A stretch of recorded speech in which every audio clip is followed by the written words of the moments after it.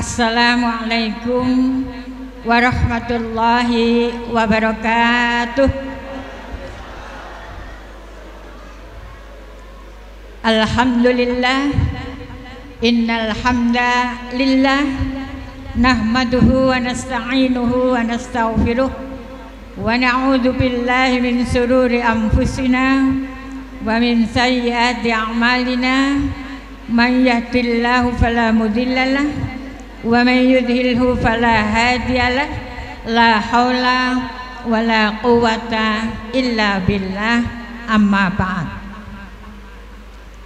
Bapak-bapak, ibu-ibu, mbak-mbak, adik-adik, anak-anak, cucu-cucu semuanya dari keluarga besar Bapak Haji Syahid yang berbahagia.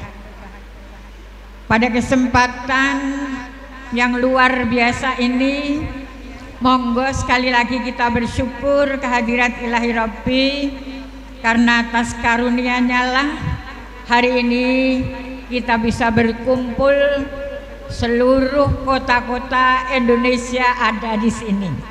Semoga semuanya berkah atas ridha Allah Subhanahu wa ta'ala. Amin, Allahumma amin. Salawat dan salam semoga selalu terlimpah pada junjungan kita Nabi Agung Muhammad sallallahu alaihi wasallam, keluarga dan sahabatnya. Mudah-mudahan membias untuk kita semua sebagai umatnya yang setia, dan fi yaumil qiyamah insyaallah semoga kita mendapatkan syafaatnya. Amin, Allahumma amin. Bapak dan Ibu sekalian, yang tidak bisa saya sebutkan satu persatu, banyak yang hadir di sini yang sudah saya kenal, dan kira-kira saya sampaikan niki dawa apa cekak Bapak Ibu? Panjang atau pendek? Lama atau sebentar? Oh, sebentar. Alhamdulillah. Baiklah, untuk tidak bertele-tele ada dua hal yang ingin saya sampaikan. Yang pertama, yang sering kita ucapkan pada saat hari raya Idul Fitri, yaitu ucapan doa minal aidin wal faizin.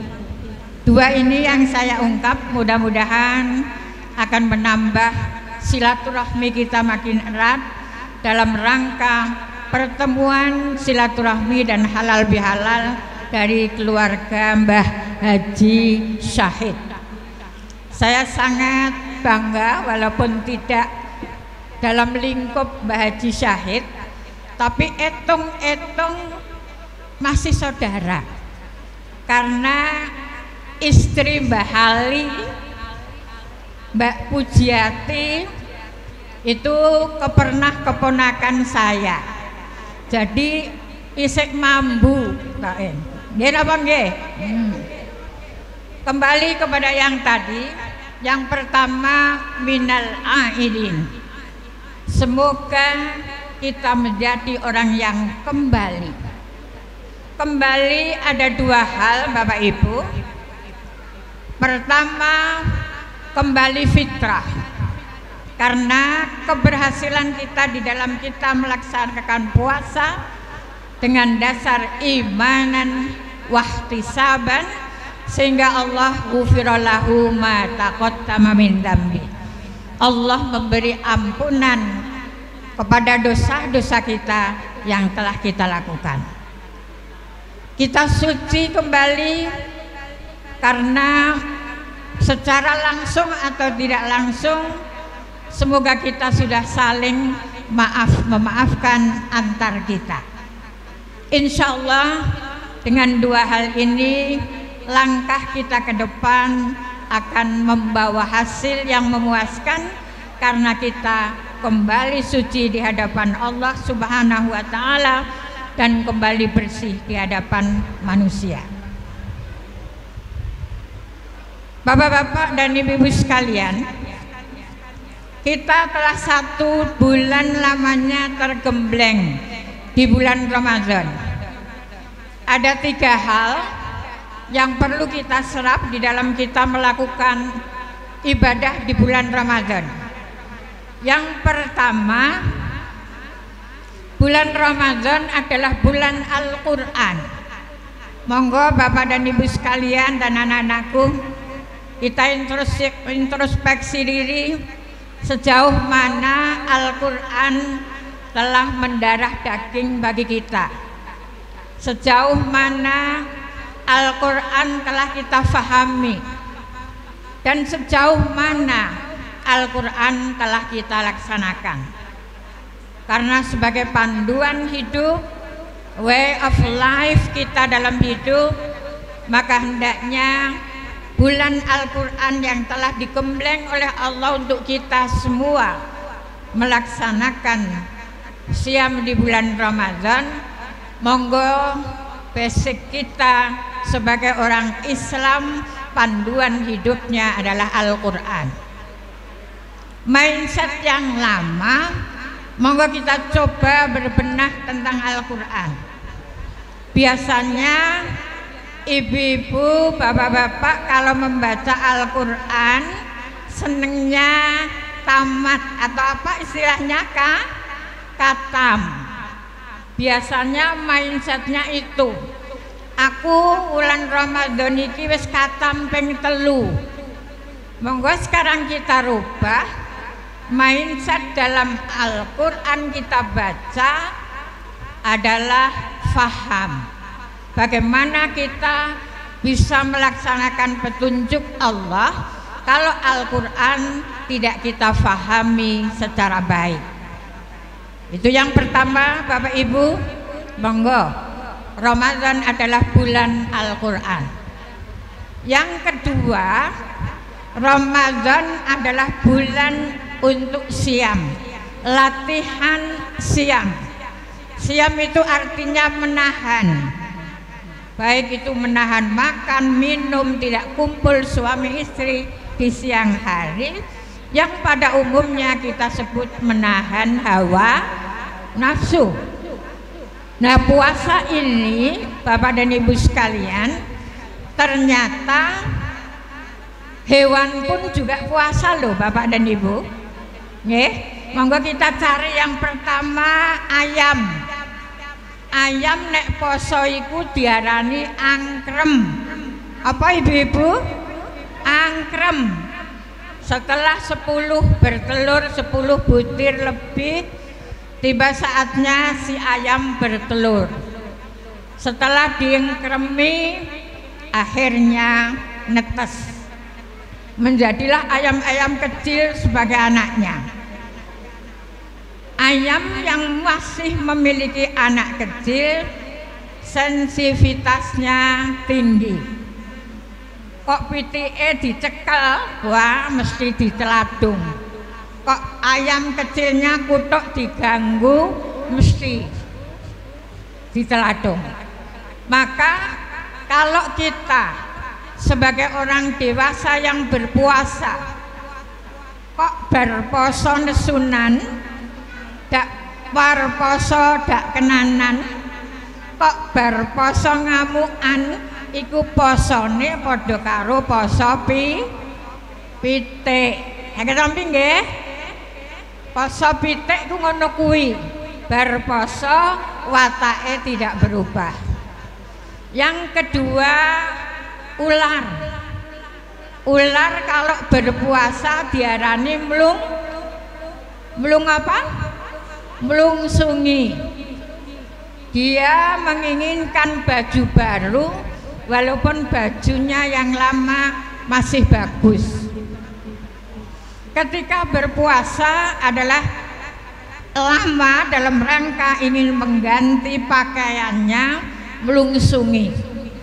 Setelah berhasil memiliki kulit yang baru, pakaian yang baru, sayang sekali yang namanya ular itu masih memiliki hati yang tidak bersih, suka membunuh, suka makan orang dan lain sebagainya. Ini kalau kita manusia, Bapak dan Ibu, kita puasa kemudian hati kita tidak atur menjadi hati yang bersih, hati yang baik, maka puasa kita seperti puasanya seekor ular.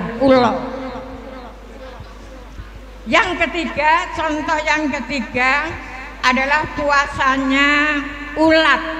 Tidak ular tapi ulat. Dia berpuasa yang lama-lama membentuk dirinya menjadi kepompong. Semua orang nggak suka pada ulat karena merusak, gatal, dan lain sebagainya. Maka setelah dia berpuasa dengan menjadi entong, lama-lama menjelma menjadi kupu-kupu. Setelah jadi kupu-kupu dia indah, akhlaknya pun indah. Dia memakan madu, menolong penyerbukan, tidak merusak daun-daun yang dulunya sering dimakan dan dirusak. Itulah yang diharap agama, Bapak dan Ibu sekalian, dalam kita berpuasa mampu untuk merubah pribadi kita menjadi pribadi yang indah, baik indah dalam penampilan maupun indah dalam akhlakul karimah. Yang ketiga, bulan Ramadan adalah di samping bulan Syam adalah bulan ibadah. Bapak dan Ibu sekalian, kita banyak beribadah di bulan Ramadan, dan ibadah inilah tugas pokok hidup kita. Wa ma khalaqtul jinna wal insa illa liya'budun. Tidak aku ciptakan jin dan manusia kecuali untuk beribadah, untuk mengabdi. Bapak dan Ibu sekalian serta anakku yang berbahagia, sayangnya waktu yang diberikan oleh Allah dalam beribadah di dunia hanya sedikit sekali. Apalagi kalau diperhitungkan, satu hari perhitungan Allah sama dengan 1000 tahun perhitungan manusia. Kita hanya mampu hidup paling 1,5 jam perhitungan Allah, atau paling lama 2 jam. Monggo Bapak dan Ibu, sedikit kita hitung-hitungan tentang waktu. Nggih? Bapak dan Ibu, kalau tidur di rumah mulai jam berapa? Jam berapa, Bu? Jam 10, bangun jam 5. Kurang lebih 8 jam kita tidur. 8 jam untuk tidur per 24 jam per hari sama dengan sepertiganya. Sepertiga hari 8 jam kita pakai untuk tidur. Sehingga kalau kita berumur 60 tahun, waktu untuk tidur sendiri sepertiganya, alias 20 tahun. Bu, Pak, pernah ngitung seperti itu ndak? Awake dhewe umur swidak iku nggo turu, nggo sare 20 tahun sendiri. Kalau Bapak Ibu seneng pegang HP, pagi 1 jam, siang 1 jam, sore 1 jam, bengi 1 jam, 4 jam per hari, per 24 jam adalah 1/6. Jadi kalau kita berumur 60 tahun, 10 tahun sendiri kita pakai untuk HP-nan. Monggo Bapak dan Ibu, waktu untuk ibadah sangat sedikit yang diberikan oleh Allah Subhanahu wa Ta'ala kepada kita semua. Oleh sebab itu, Allah melipat gandakan pahala di bulan Ramadan dalam rangka mengimbangi kurangnya waktu yang diberikan oleh Allah kepada kita. Sehingga Allah bersumpah tentang waktu, ada wal asri, ada wadduha, dan lain sebagainya. Karena waktu langsung atau terasa atau tidak terasa, kita buang banyak yang percuma. Bapak dan Ibu sekalian, itulah minal aidin, kembali ke jalan yang benar dengan menata hidup. Yang pertama tadi adalah ibadah, yang kedua kita melatih diri untuk menahan, karena kita memiliki musuh dua hal, yaitu setan dan hawa nafsu. Berikutnya adalah minal faizin, semoga kita menjadi orang yang mendapat kemenangan, terutama menang terhadap hawa nafsu. Bagaimanapun juga Allah sangat tahu tentang kelemahan dan kekurangan kita, sehingga setiap tahun sekali kita digembleng yang namanya Ramadan di puasa kita. Untuk itulah Bapak dan Ibu sekalian, apa yang harus kita ambil dari Ramadan, karena halal bihalal tidak lepas dari Ramadan. Agar kita menjadi orang yang menang, Bapak dan Ibu sekalian, yang pertama miliki sifat istiqomah.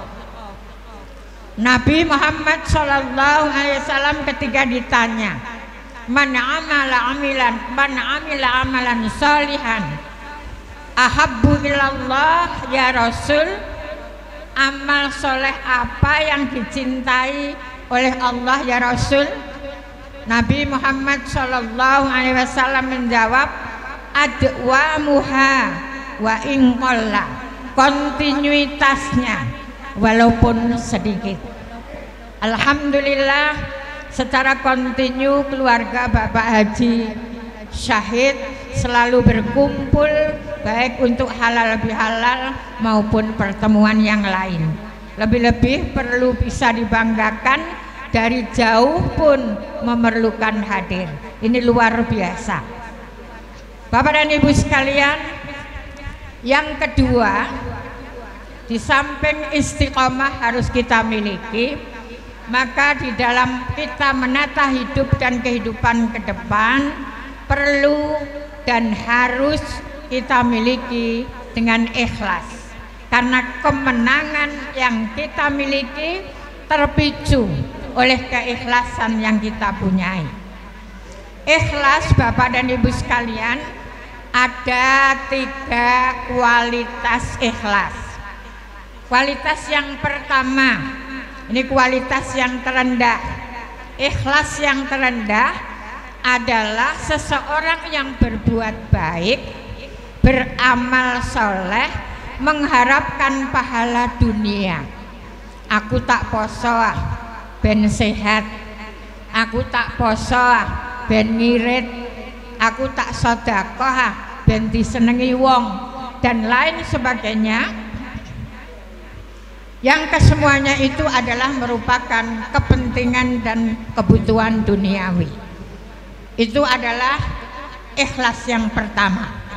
Kemudian yang kedua, ikhlas yang menengah, ibu-ibu dan bapak-bapak, tingkatannya menjadi naik, yaitu seseorang yang beramal soleh, mengharapkan pahala akhirat. Aku tak sedekah ben sok ben ning ora mahsyar dapat payung pertolongan dari Allah.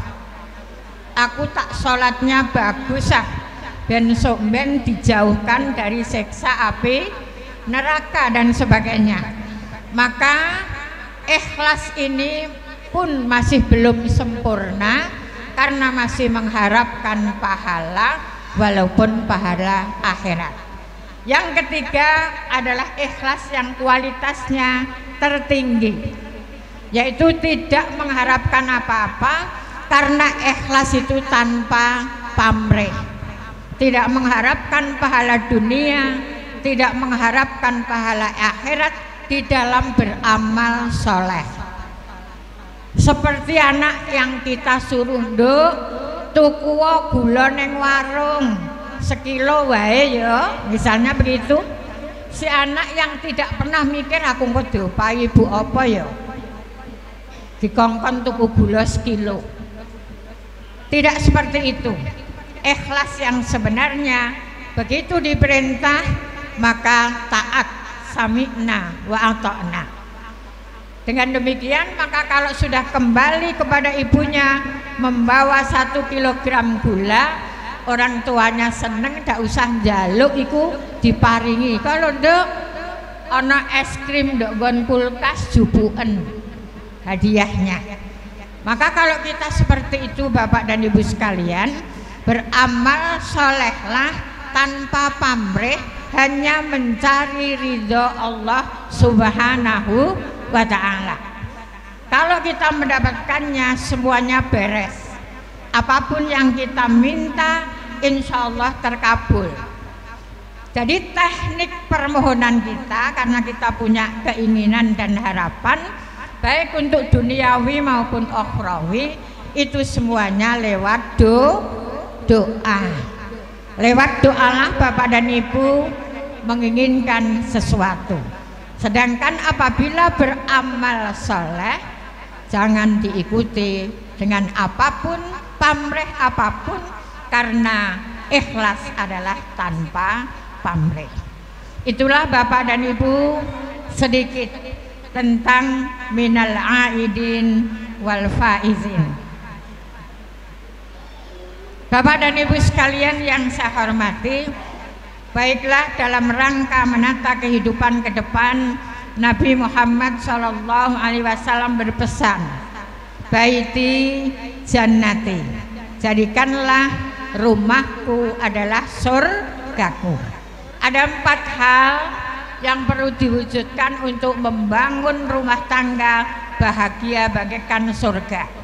Yang pertama, ja'alnal baitika kal madrasah, jadikan rumah tanggamu seperti madrasah, sekolahan, sehingga rumah kita berstatus lembaga pendidikan. Siapa gurunya? Bapak dan ibunya. Orang tuanya lah yang bertugas sebagai gurunya. Ini yang pertama, jadikan rumah tanggamu bagaikan sekolah madrasah. Yang kedua, jadikanlah rumah tanggamu bagaikan musola, tempat pendidikan agama yang intensif. Bapak ibunya lah yang harus berjuang mengarahkan putra putrinya agar menjadi anak-anak yang soleh dan solehah. Jadikan rumah tanggamu seperti musola. Kemudian yang ketiga, jadikanlah rumah tanggamu sebagai bengkel. Bapak mungkin salah, ibulah yang mereparasi. Ibu mungkin banyak salah, bapaklah yang mengatur untuk menjadi baik. Demikian juga anak-anak kita perlu membengkeli anak-anak kita untuk betul-betul bisa mengarahkan menuju ke arah Shiratal Mustaqim yang selalu kita pinta dan kita harapkan kepada Allah Subhanahu wa ta'ala. Bapak dan Ibu sekalian, itulah pesan Nabi Muhammad SAW dalam membentuk rumah tangga sehingga terbangun baiti jannati, rumahku adalah surgaku. Demikian Bapak dan Ibu, sedikit dari saya, mudah-mudahan bisa bermanfaat. Yang penting monggo cekeli sekali lagi dengan kenceng Al-Quran, karena bulan Ramadan adalah bulan Al-Quran. Monggo Bapak dan Ibu kita berdoa bersama, semoga kita semua ibadah kita diterima oleh Allah Subhanahu wa ta'ala. Kedepannya kita dianugerahi sehat, kemudian menjadi orang yang manfaat, dan sekaligus menjadi orang yang giat dalam beribadah. Amin, Allahumma amin. Monggo. A'udzubillahi minasyaitonirrajim. Bismillahirrahmanirrahim. Alhamdulillahirabbil alamin. Hamdan syakirin, hamdan na'imin, hamdan na'imin, hamdan yuafi ni'amahu wa yukafil mazidah. Ya Rabbana lakal hamdu kama yanbaghi li jalalika wajhikal karim wa 'azimi sultanik. Allahumma inna nas'aluka ridhaka wal jannah wa na'udzubika min sakhatika wan nar.